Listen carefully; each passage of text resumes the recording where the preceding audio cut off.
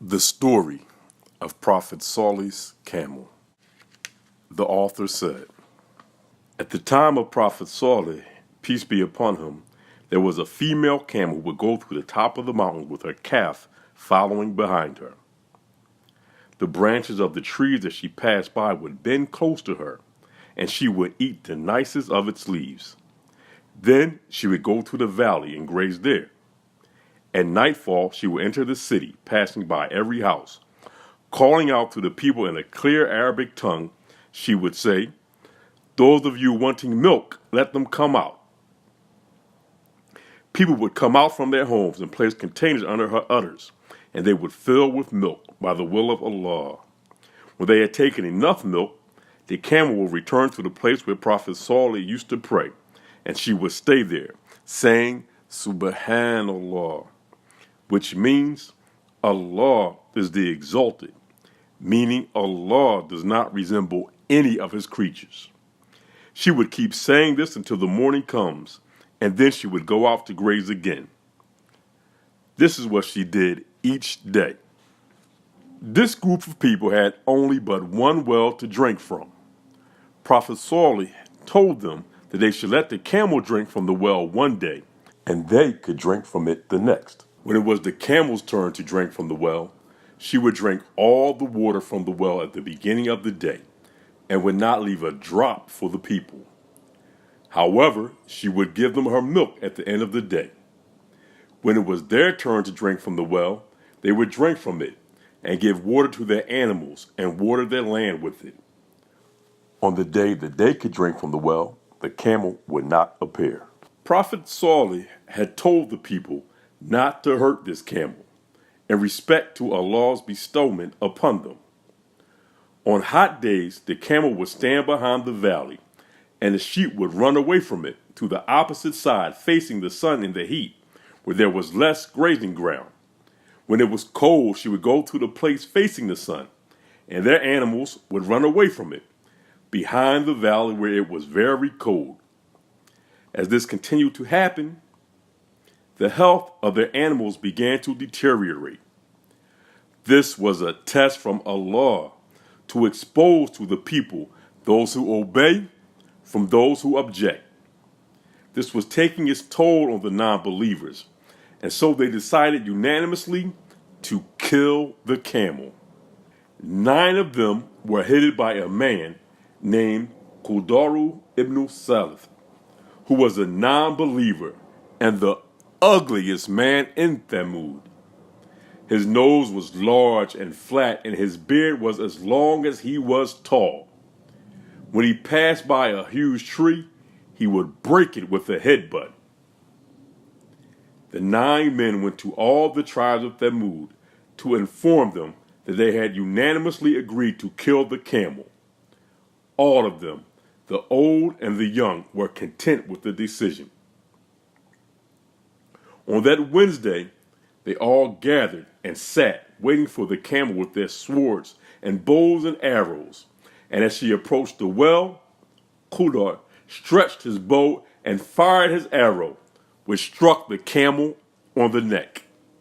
They then all rushed with their swords, stabbing her to death and cutting her to pieces. Her calf had been walking behind her, and as she sensed the danger prior to the attack, she warned her calf to run away to the top of the mountain.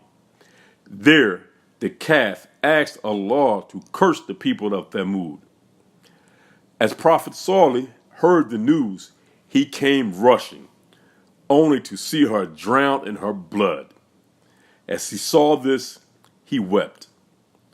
Allah then revealed to him that not one more person will believe other than those that already believed in Allah and his Prophet Salih. Hence, Prophet Salih asked Allah to send his punishment upon the people of Thamud. He said to the people of Thamud, "Enjoy living 3 more days, a promise that will not be broken." That night, his people were talking amongst each other, saying, "Salih is claiming that we will die in 3 days, but we will kill him and his followers before the 3 days." A group of them went to where Master Salih used to pray and hid in a cave and said, as Salih comes to pray, we will kill him, and afterwards we will go to his followers and kill them. Allah sent a rock which closed the cave on them, and they died there. As the morning of Thursday came, the faces of the people of Thamud became yellow and started to develop blisters and abrasions. As Friday morning came, their faces had become red, as if painted with blood. And on Saturday, their faces became black, as if painted with black tar. As our Master Salih saw them like that, he and all his followers, the believers, left the town that night, waiting for Allah's promise. They numbered about 4,000 Muslims. As the fourth day came, on Sunday morning the blisters on the faces of the non-believers burst, and Allah revealed to the angel in charge of the sun to torture them with his heat. The angel brought the sun a little bit closer to their heads. Their hands were roasted, and their tongues reached their chests from thirst. All the animals they had died. Their water boiled until it reached the sky, and as it came down, it destroyed everything it fell upon due to its extreme heat.